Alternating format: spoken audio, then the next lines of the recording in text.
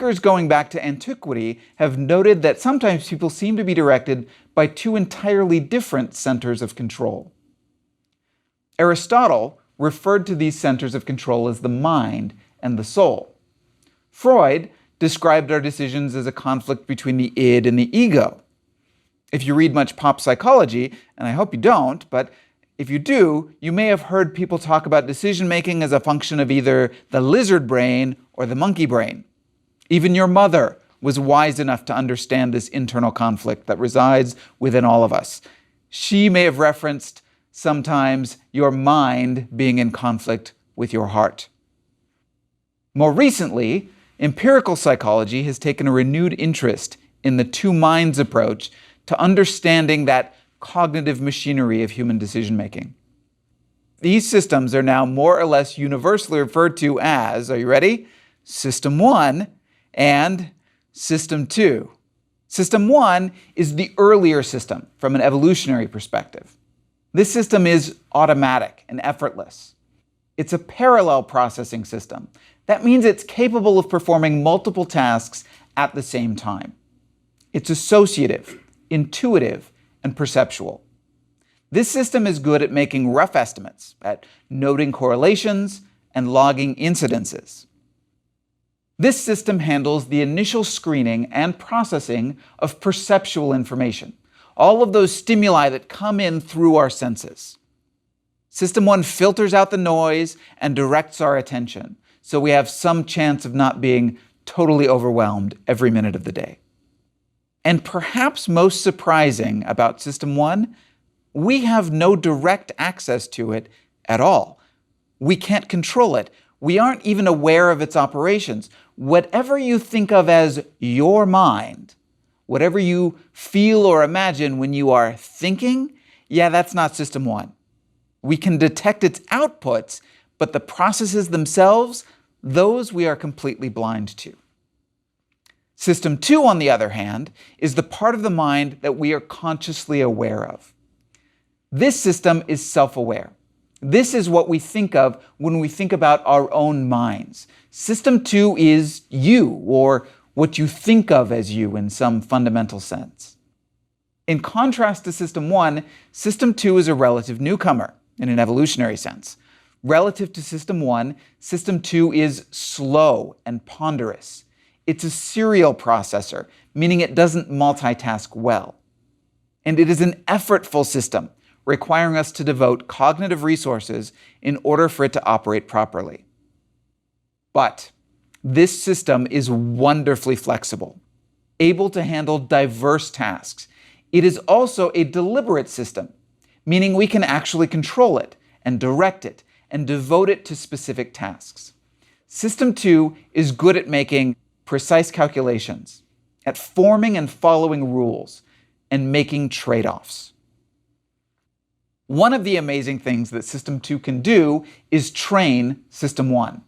In fact, there are some psychologists that have suggested that maybe the ultimate purpose of System 2 is to teach our automatic system new tricks.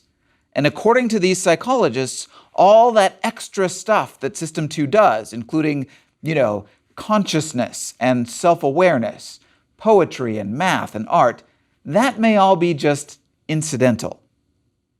You've seen how System 2 can train System 1. You've done it yourself. Think about when you were first learning to drive a car.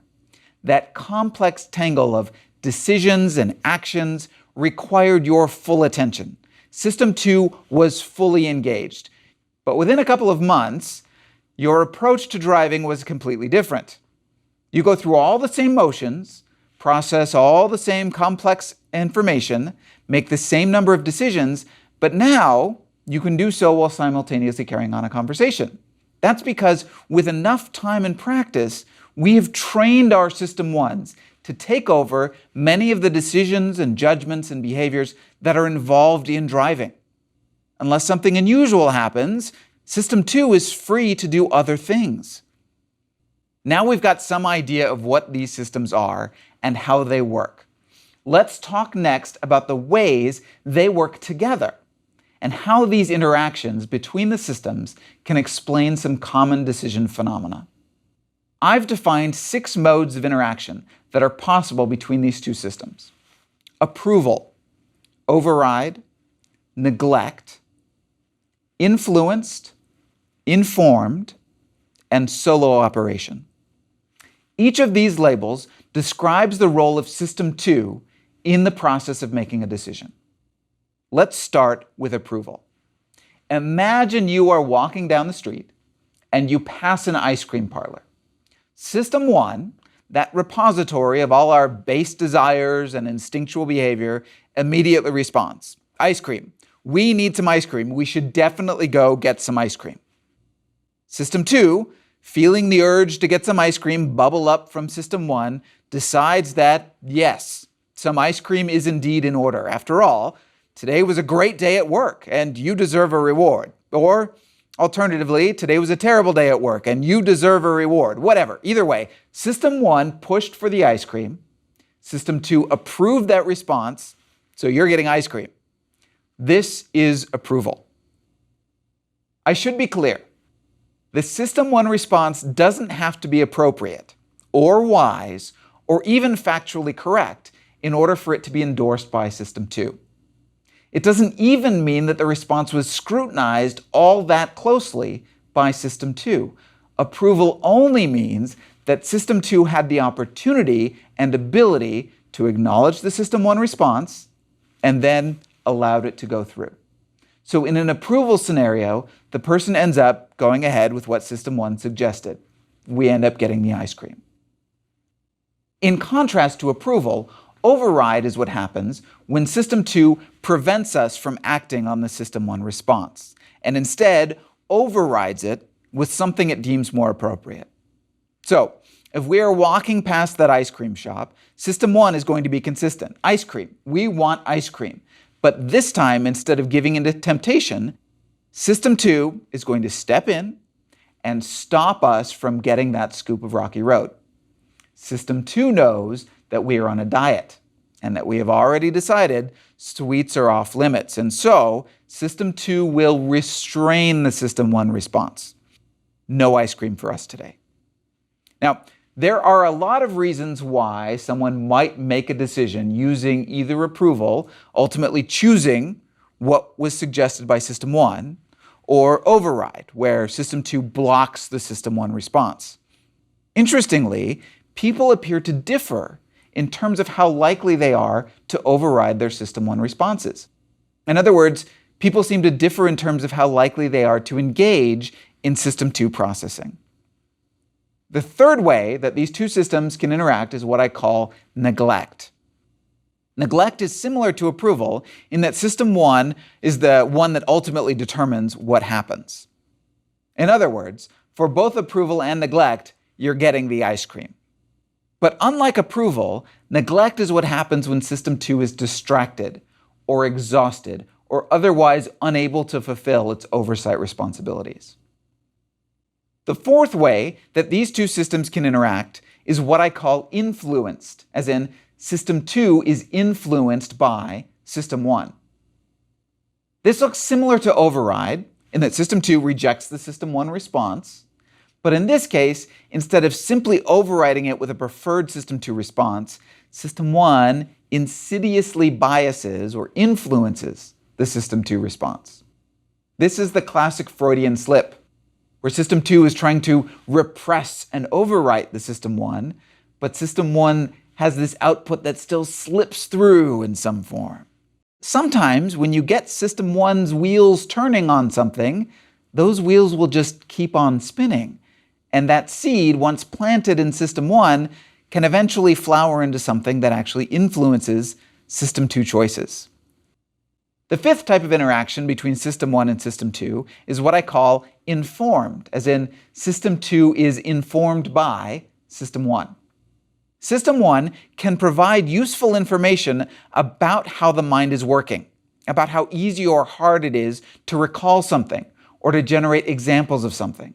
And that information can be used by System 2 when making judgments and decisions. The last way to characterize the interactions between these two systems is what I call solo operation. System 1 is a wonderfully complex and capable set of cognitive machinery. but it can't do everything. And for the things that it can't help with, System 2 is on its own. So, for example, for most people, System 1 can't help with long division. And if you want to balance your checkbook, System 1 is likely not going to produce a lot of helpful, intuitive answers that you can use to go along the way. Unless you have specifically trained your System 1 to do these very types of tasks, the way you've trained it to read and drive and type, then System 2 has to engage in solo operation for these tasks.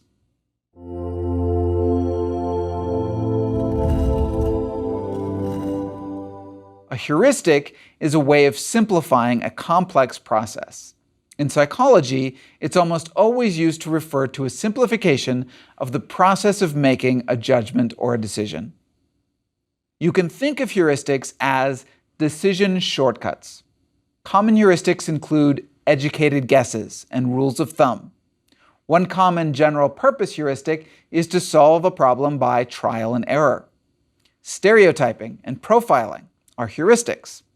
When shopping, some people use the heuristic of buying the second least expensive option available. These are all ways of simplifying decisions.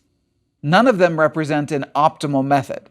They don't guarantee you a correct response, but they are pretty good, and they'll serve you well most of the time. So heuristics simplify things, but they do so in ways that increase the likelihood that you will arrive at an acceptable outcome.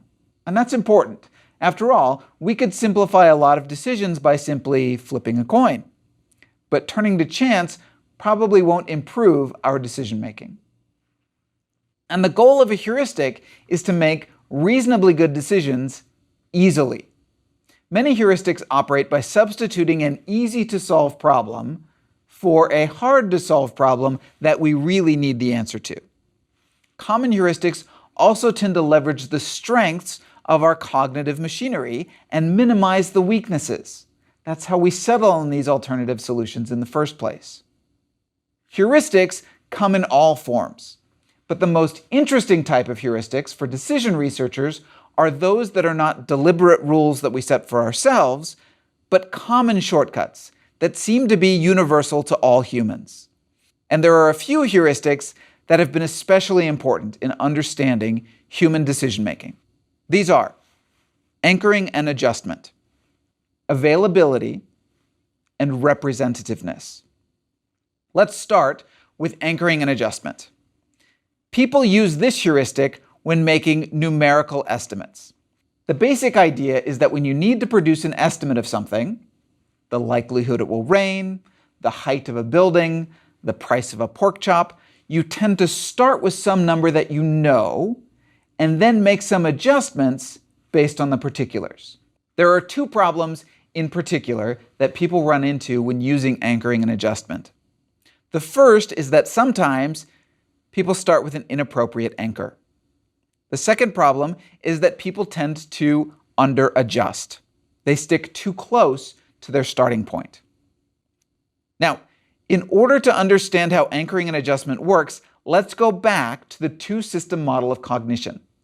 Recall that one of the ways these two systems interact is in a mode that we've called influenced. In this mode, System 1 provides some response to System 2.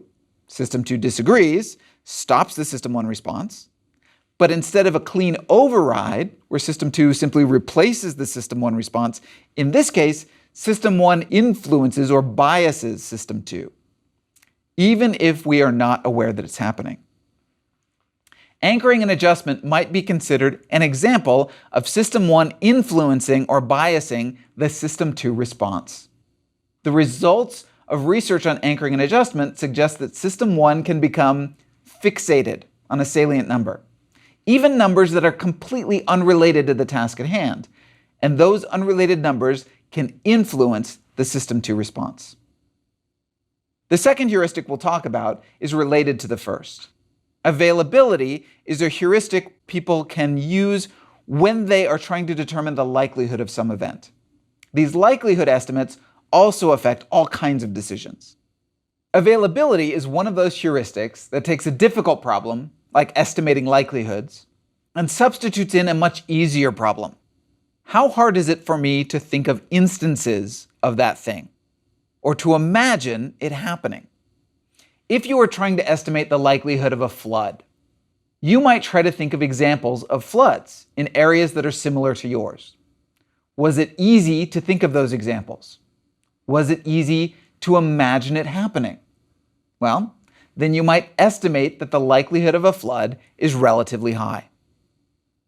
Essentially, when you do this, you are using information about how your mind is working as input in your decision making. You're using the subjective ease of generating examples from memory as information to help you determine likelihood. Your own effort becomes input to your estimate. Going back to our System 2 model, availability is an example of an informed interaction. In other words, System 2's response is informed by information provided by System 1 about how our mind is working. In this case, about how hard it was to remember something or to imagine some outcome. Now, this is not a crazy way of making a decision. After all, if something happens a lot, then it's probably going to be easy to bring examples of that thing to mind. So, as a quick and dirty way of determining whether something is likely, the ease with which you bring it to mind is not a terrible way of doing things. But it's also not exactly flawless. The problem is that there are many things that can influence how easy it is to bring something to mind, and a lot of those things have nothing to do with the likelihood of that event actually happening. In general, things that are more familiar, more recent, more vivid, all these things will be easier to recall or to imagine. That's just the way minds work. That means that the likelihood of events with any or all of these properties will tend to be overestimated. The availability heuristic can lead us to make all kinds of suboptimal decisions, from purchasing too much insurance to not allowing our kids to play unsupervised. The last heuristic we'll talk about in this lecture is the representativeness heuristic. Representativeness is like availability in that they're both ways of estimating probabilities. But where availability uses the ease of recall as a cognitive shortcut, representativeness uses, representative characteristics of a category or a schema or stereotype to determine likelihood. Basically, representativeness is useful when you're trying to determine the likelihood that some specific thing is a member of some category of things. And like the other heuristics we've talked about, representativeness generally works pretty well most of the time. But people run into two problems when they use representativeness. The first problem is named, somewhat tongue-in-cheek, the law of small numbers. Any good statistician will tell you that in order to draw reliable conclusions about a population, you need a large sample of observations from that population. The law of small numbers refers to the misguided tendency that people have to believe that small samples should also be representative of a population. Essentially, they ignore or misunderstand the potential for variability in small samples.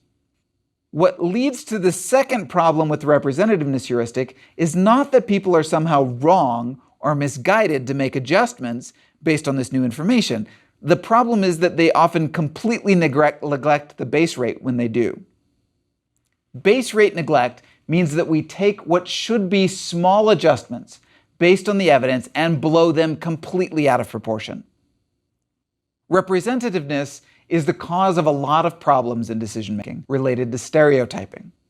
It turns out that studying the shortcuts that we use, the imperfect methods that serve us pretty well most of the time, is a very fruitful way for understanding the mechanics of decision-making.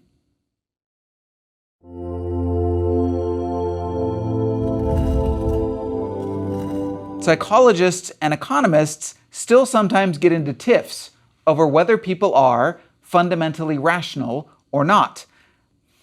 It's not that economists don't recognize that people sometimes behave irrationally. Of course they do.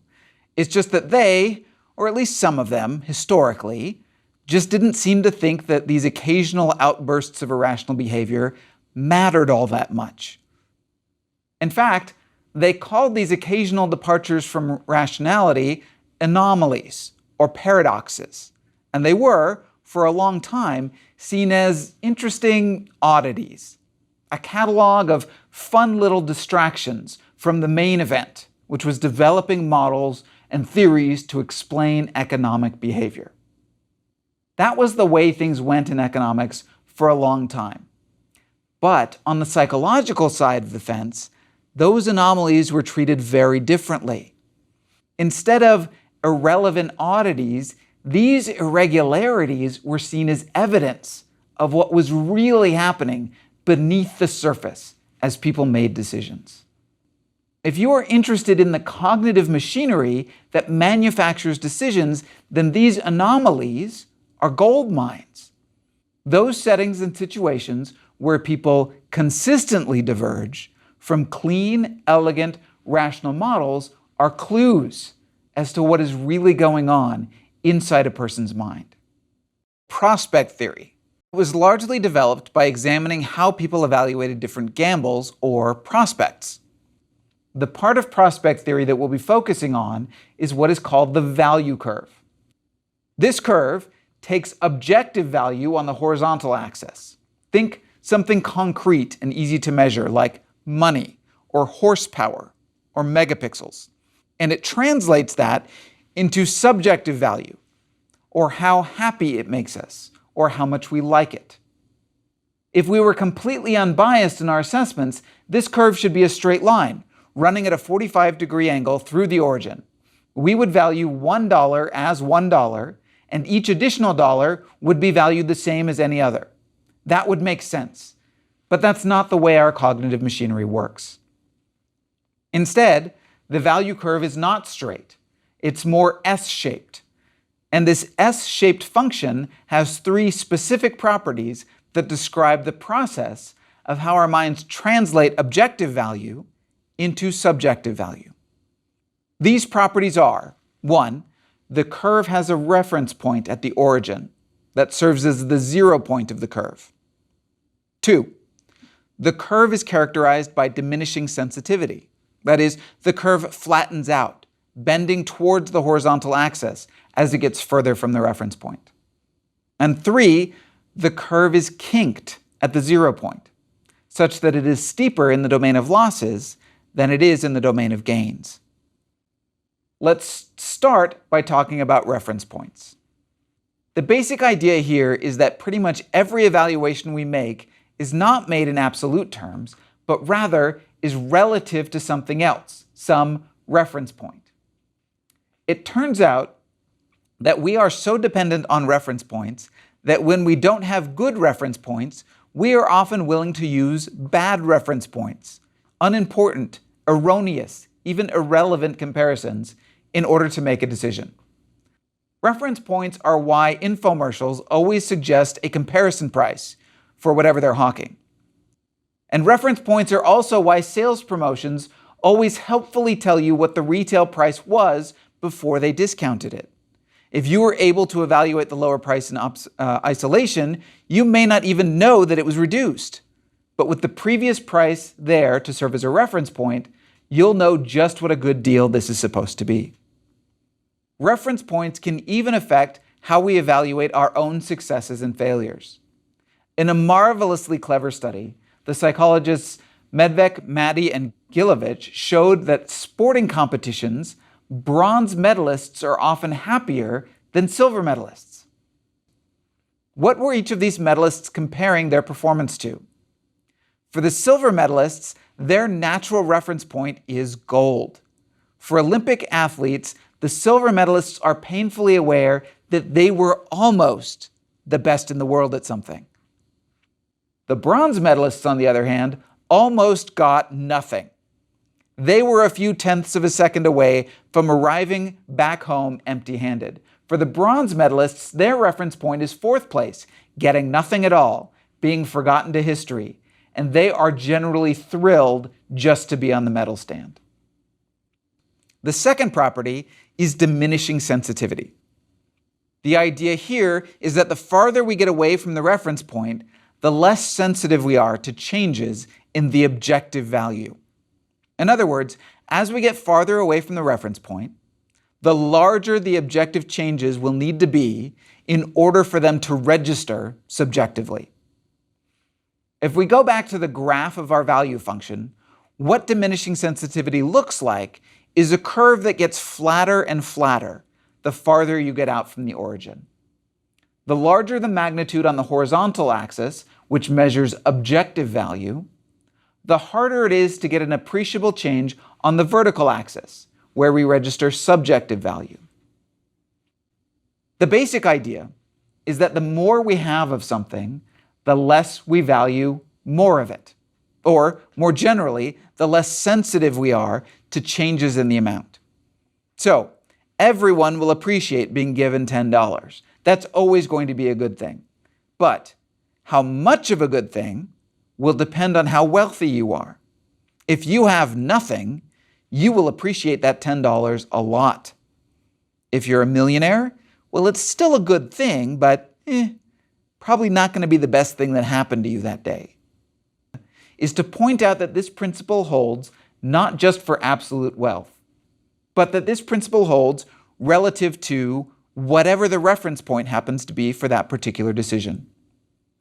The last of the three big insights encapsulated by Kahneman and Tversky's value curve is loss aversion. Loss aversion describes the fact that people tend to be much more sensitive to losses than they are to gains of equal magnitude. Put in concrete terms, losing $10 feels a lot worse than winning $10 feels good. This idea is succinctly expressed in the phrase, losses loom larger than gains. Psychologists' best bet for the estimate of the size of loss aversion is about 2.1. In other words, the gain of a particular gamble needs to be about twice as large as the loss in order for people to want to take the gamble. Now, that 2.1 is just a very rough average, collapsing across a whole lot of individual characteristics and environmental variables. But a reasonable rule of thumb is to assume that the upside of some risky venture will need to be at least twice as big as the possible downside in order to get most people to take it. This is known as the endowment effect. Once people feel something is theirs, once they own it or feel like it is their possession in their endowment, then giving it up feels like a loss. And as we already know, losses loom larger than gains. On our value curve, loss aversion is represented by the fact that the curve is not symmetric across the origin. The curve is much steeper in the domain of losses. As it's usually represented, the slope on the curve on the negative side is about twice as steep as the slope on the positive side.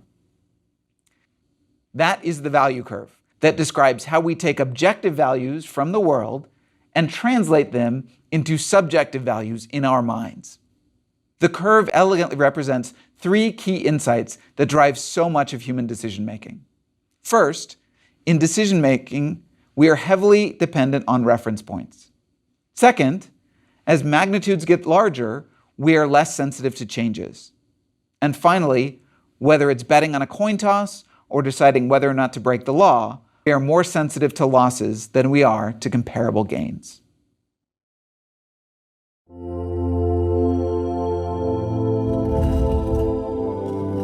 Today, we're going to cover three principles of social influence, three ways that the behaviors of other people can affect our decision-making. These principles are reciprocation, social proof, and authority. First, let's talk about reciprocation. Reciprocation is the idea that when we receive something from others, we tend to feel obligated to respond in kind. Someone does something nice for you, you want to do something nice for them. Quid pro quo. It is debatable whether this tendency to reciprocate, what Cialdini calls a psychological burden of debt, is a purely social phenomenon, or whether it might have evolutionary or even biological roots.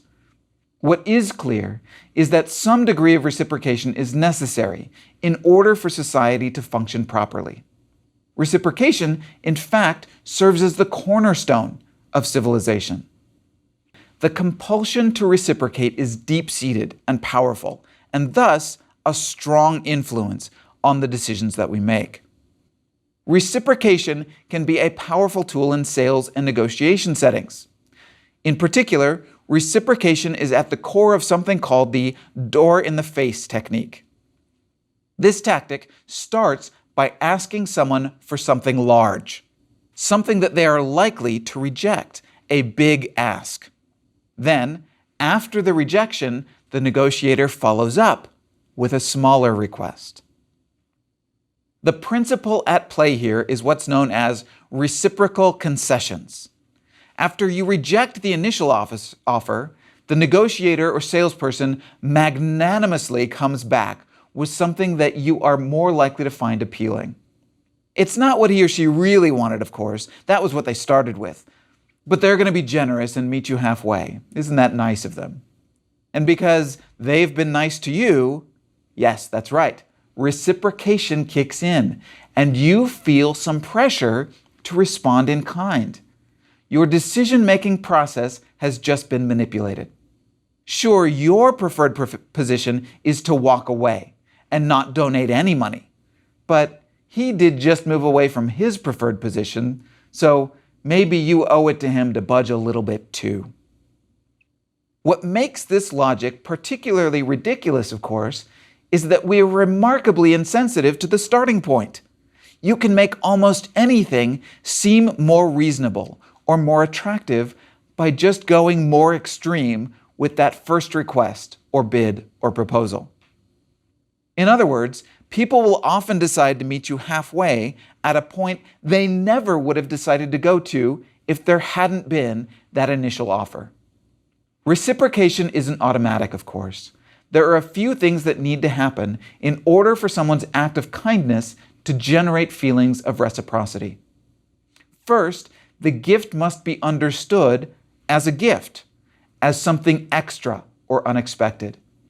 If it is interpreted as fulfilling an obligation or as nothing out of the ordinary, then it's less likely to trigger reciprocity.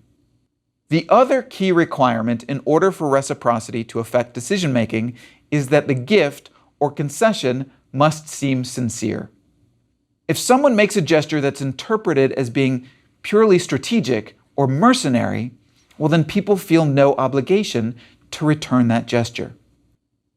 The next influence on decision-making that we'll talk about is social proof.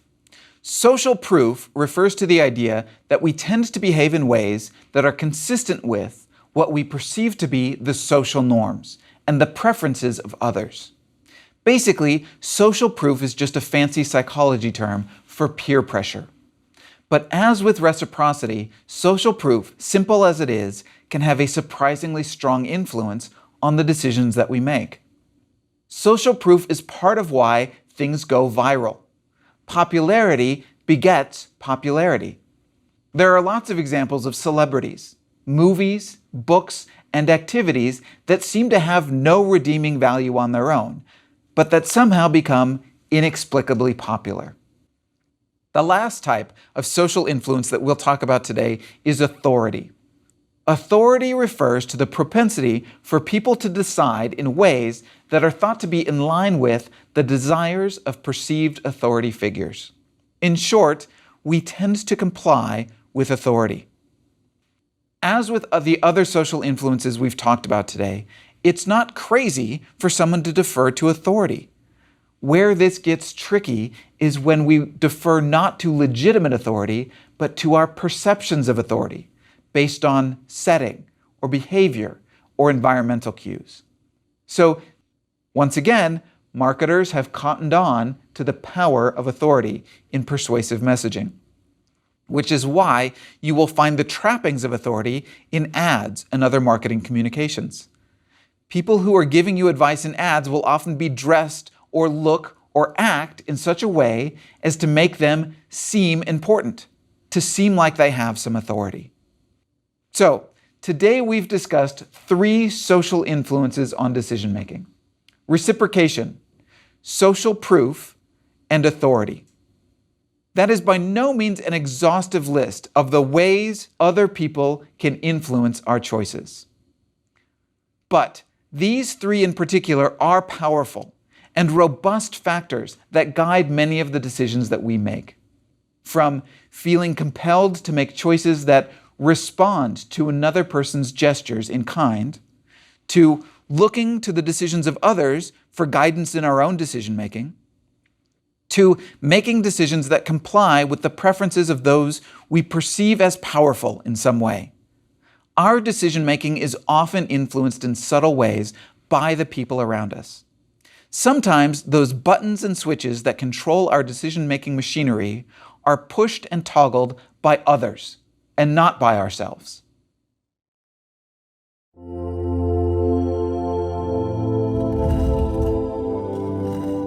What we'll talk about today is the influence of the choice context. From a decision research standpoint, context can be defined simply as the immediate environment in which decision options are considered. This would include the composition of the set of options under consideration. Some contexts influence decision-making by providing reasons for choosing a particular option. Providing a reason for choosing a particular option can often sway which option people choose. Well, there are several well-studied contexts that do exactly that. The way that raw material is presented to us, in the context in which we evaluate it, ultimately affects the decisions that we manufacture. Let's start with perhaps the most famous.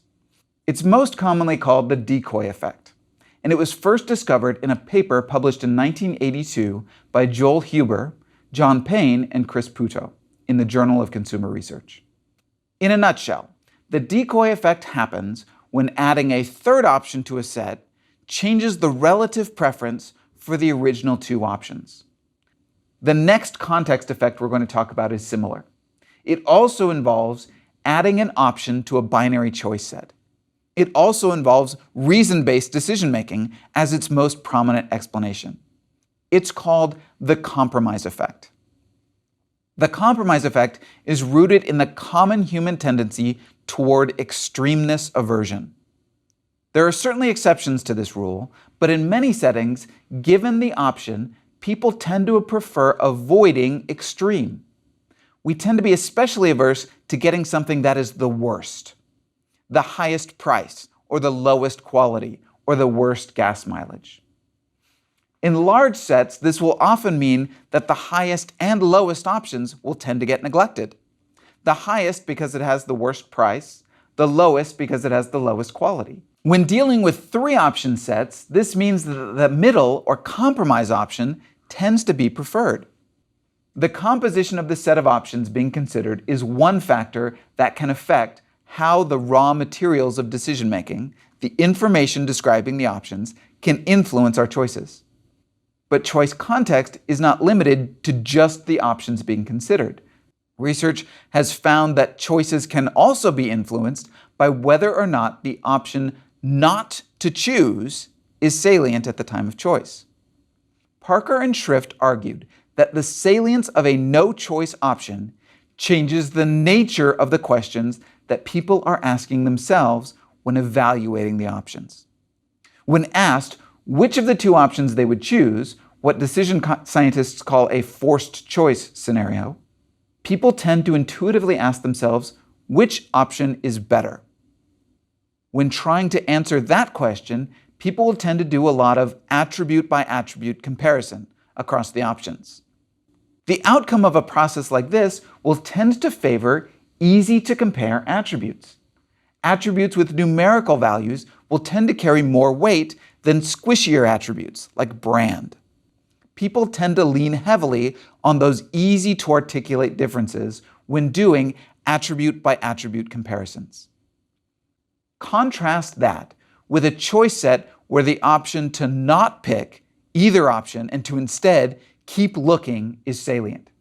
Now, instead of just looking at which option is better, people have to first ask themselves whether either option is even worth picking at all.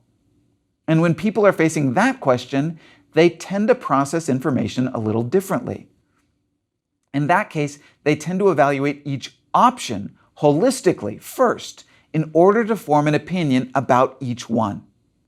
Instead of attribute by attribute processing, they engage in option by option processing. And in option by option processing, easy to compare attributes are not nearly as influential. Instead, qualitative attributes like brand tend to start to shine.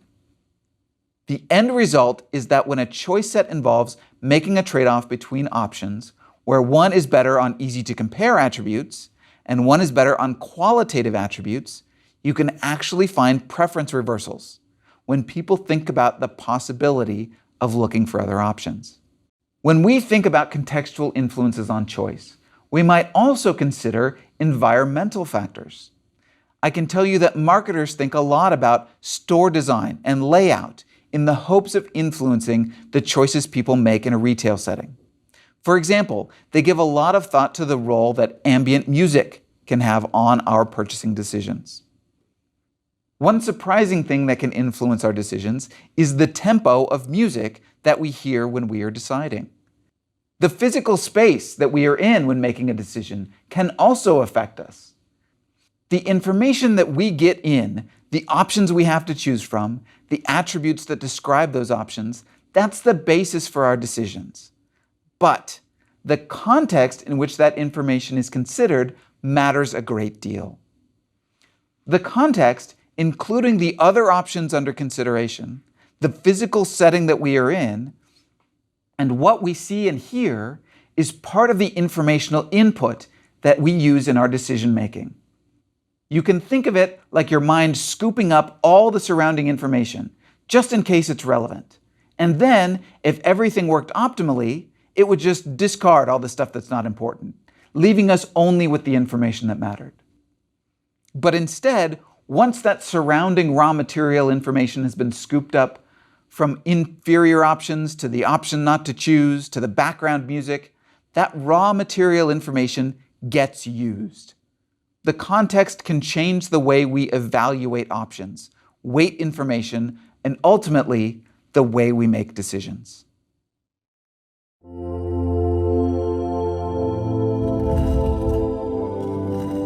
Framing tends to emphasize some information, while rendering other information less important.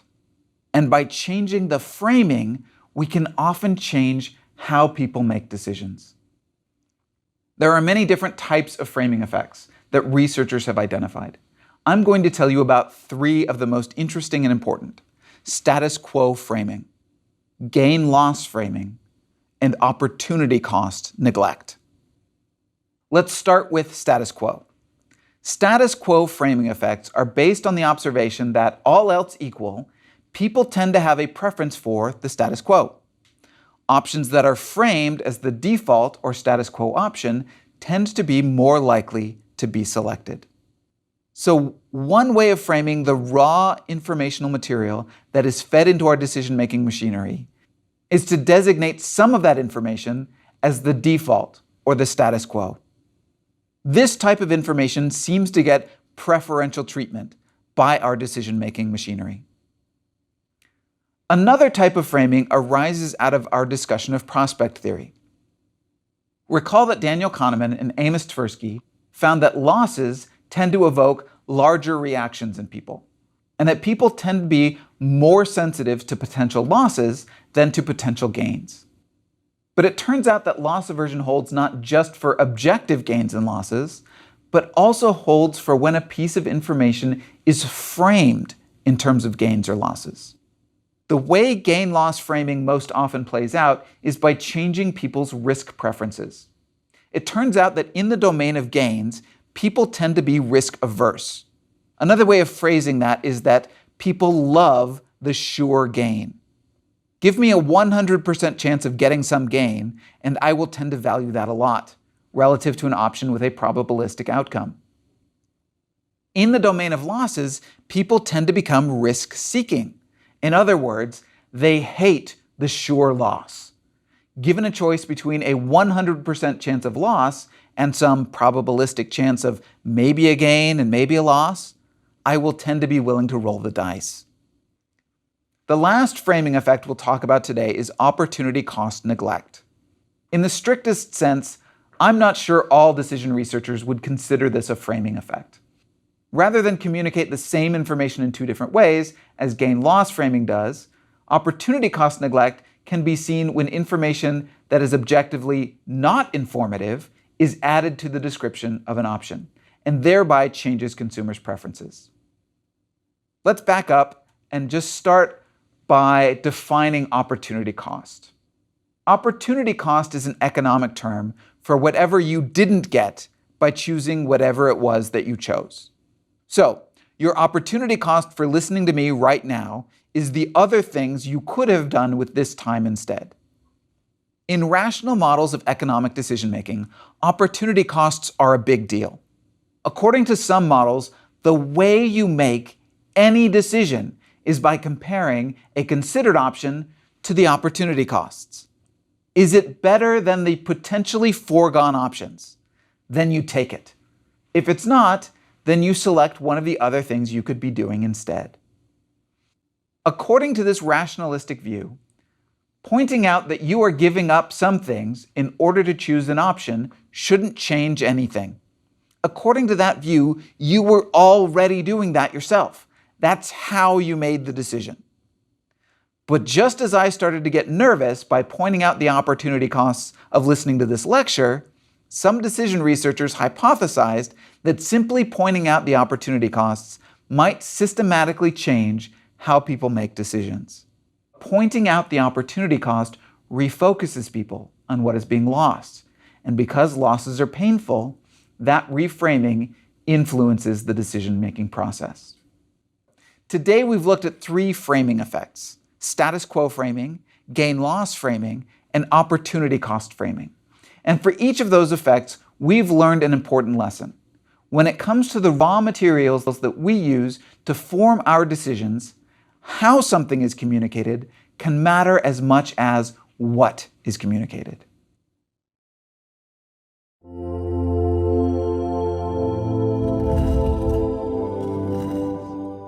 Memories can be informational inputs for your cognitive machinery in making this or that specific choice. Basically, in order for memory to influence a person's choices, it must be both stored and remembered at the time of decision. What gets selected to be stored in long-term memory? We tend to remember things better when they are repeated, when they're dwelled upon, when they're unusual, when they're personally relevant in some way, and when they are tied to some other pre-existing memory structures. Interestingly, humor also tends to aid memory. Music is another factor that aids memory. When people remember a message, it can influence their decision-making. So, if you want someone to remember a message, you should pursue one or more of the paths we've just talked about. Make your pitch unusual or funny, or repeat it often, or set it to music, or do all of those things. These things increase the likelihood of a memory being encoded. But the influence of memory on decision-making is not just a function of whether those memories have been encoded, but also whether or not they are retrieved at the right time. And some of that retrievability of information will be a function of how information is indexed in memory. Certain types of information are very easy to retrieve, and some are very difficult. By the availability heuristic, we assume that if it is hard to think of examples of something, there must be fewer of those things, and we make an error. We can think of a similar situation when we use our memories to aid our decision-making. Certain decision options will be easier or harder to access simply because of the way our memories are organized. Retrieval is sometimes aided or inhibited by the natural structure of memory. And this ease or difficulty of retrieval can determine how memory influences subsequent decision-making. But retrieval can also be aided by memory cues that happen at the time of decision-making. If something in your environment makes a memory momentarily more accessible, or if the memory is tied to a cue that is likely to be present at the time of choice, then that memory has a greater likelihood of influencing the decision.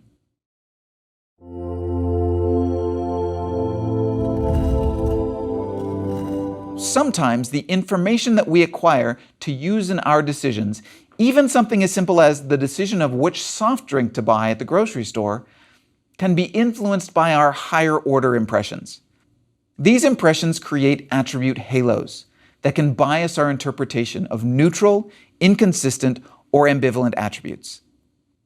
Halo effects occur when we allow an overall impression of a thing, like an overall favorable impression of the Coca-Cola brand, to influence our impression of specific attributes, like taste.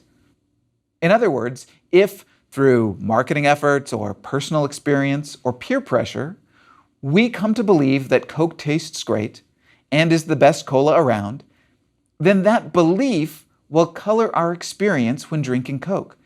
Drinking exactly the same formula would not taste the same if it wasn't Coke.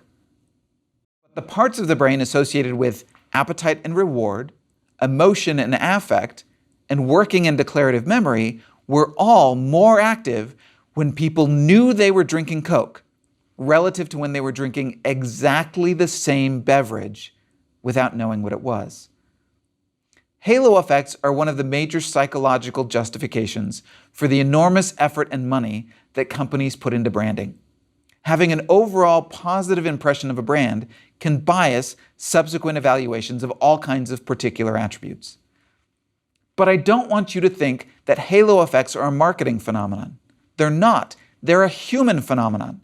They describe one way that people make evaluations and simplify decisions of all kinds. The theory that underlies all these halo effects is that people form an overall impression of something, a person, a soda brand, a university, a geographical region. And then they use that impression to fill in the gaps on any specific attributes they want to evaluate. As with many of the other decision shortcuts we've discussed in this course, constructing and utilizing impressions to guide our judgments doesn't always lead us astray. Particularly if you have a rich, detailed, and well-informed impression of someone or something, that impression is likely to be more helpful and accurate than not having one. There's some research showing that under certain circumstances, relying on general impressions can actually lead to more accurate decision-making. The problem is that we often do not have great, detailed, accurate impressions. Instead, we have impressions that are informed by just a few observations, which we then use to overgeneralize to unrelated traits or characteristics. Halo effects are nearly everywhere. They represent a very common way for people to overcome the limitations of not having full knowledge when making decisions. By using general impressions to fill the gaps, we are able to create enough information to feed into our cognitive machinery to produce a decision. Humans are pretty good at not letting a little thing like lack of hard evidence stop us from making a decision. Not when we've got a general reputation that we can rely on instead.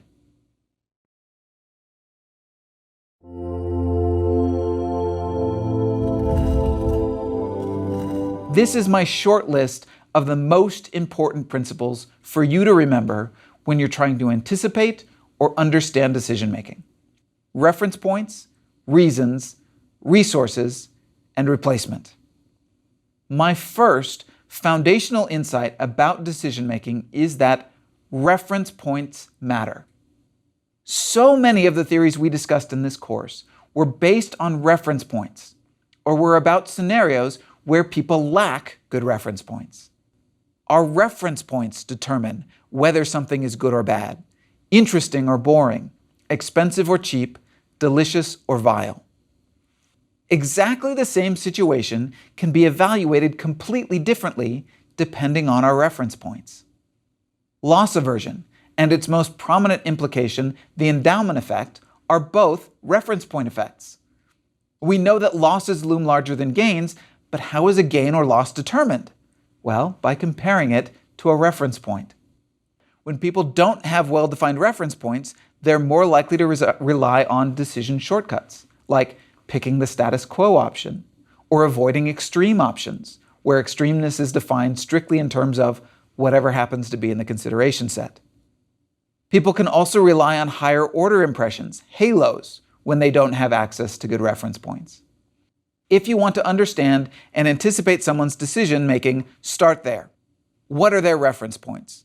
What were they expecting? What was their experience previously?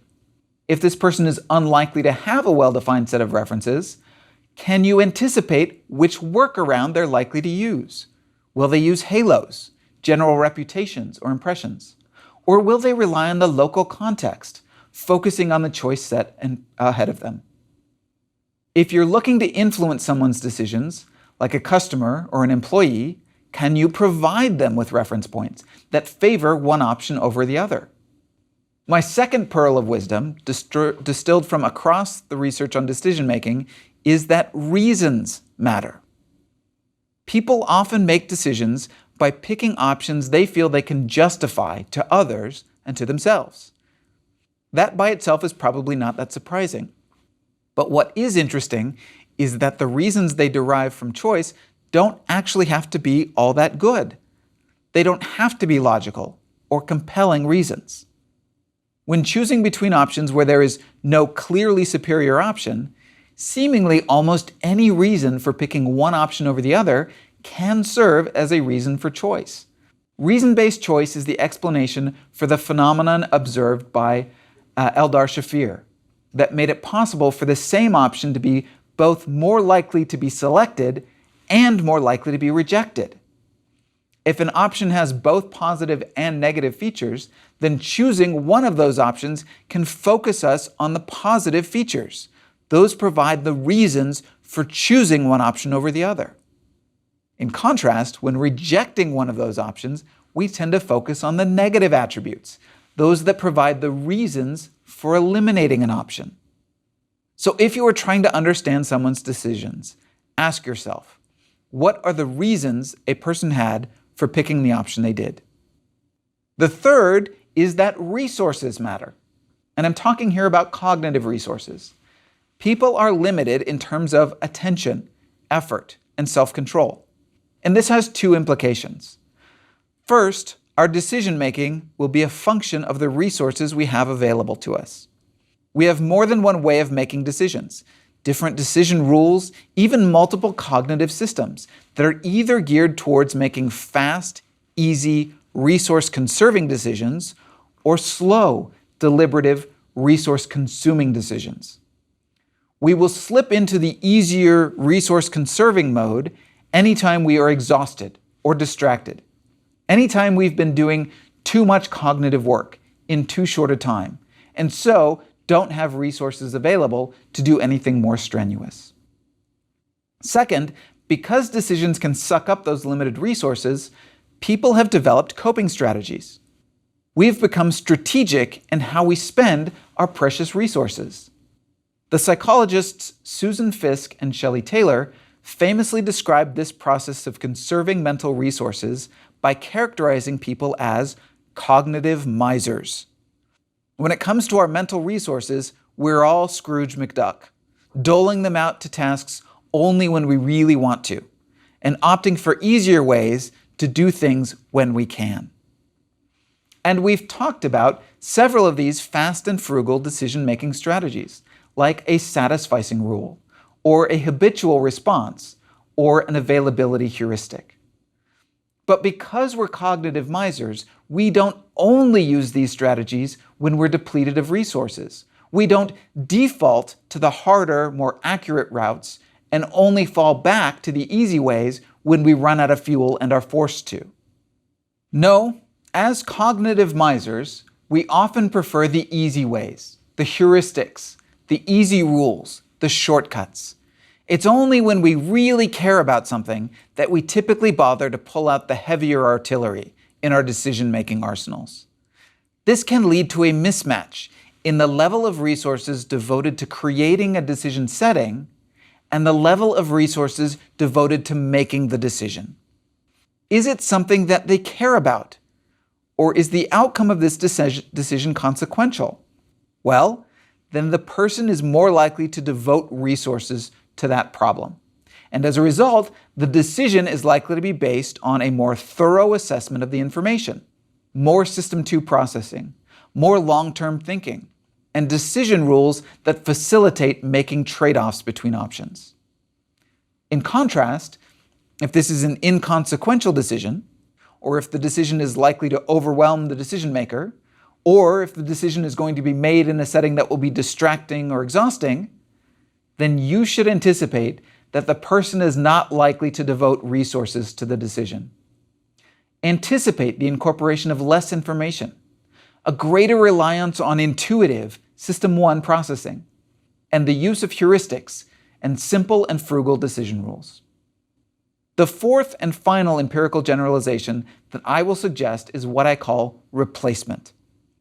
This is the idea that people have a lot of workarounds when they're presented with difficult tasks. And so people will often substitute or replace a difficult task with an easier one. I'll illustrate briefly by reminding you about how people use the availability heuristic. Making estimates, including likelihood estimates, is hard. Doing it right means gathering lots of information and processing it very carefully. So often, people will instead use the availability heuristic, replacing that difficult estimation problem with a much easier one. By swapping out the difficult problem and replacing it with an easier one, I am able to proceed with my decision-making. The right, reasonable, rational approaches to decision-making are often irrelevant if you're trying to understand real people in the real world.